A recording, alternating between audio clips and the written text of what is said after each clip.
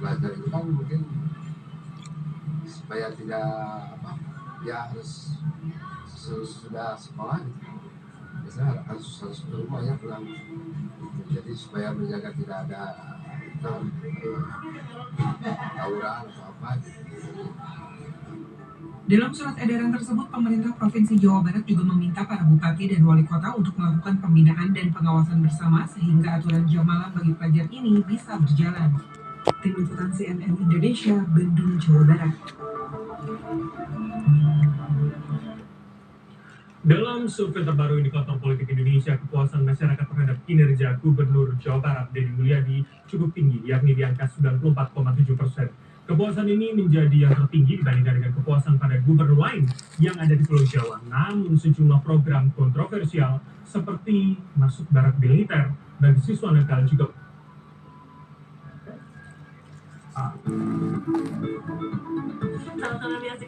kami sajikan informasi terlengkap seputar dunia ekonomi.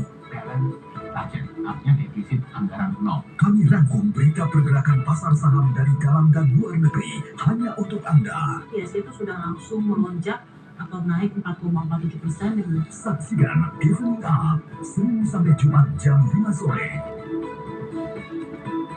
Live di CNBC Indonesia. Mengupas tuntas isu terhangat di sektor minyak, gas, dan energi terbarukan.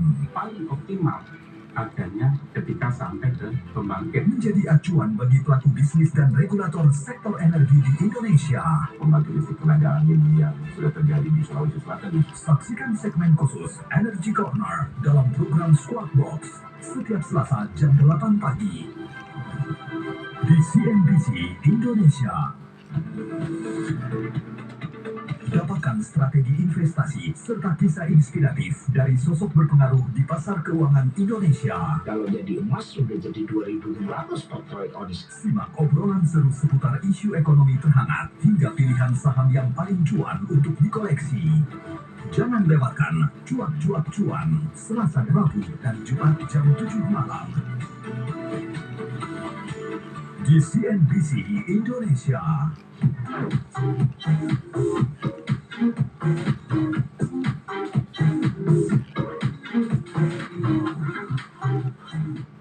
Money personality ini lekat banget sama bagaimana kita berstrategi nggak sih menghadapi situasi di hidup kita. Soalnya gini, kayak banyak cerita-cerita dulu dia artis ternama, sekarang kehidupannya kita kan sering lihat tuh di berita-berita.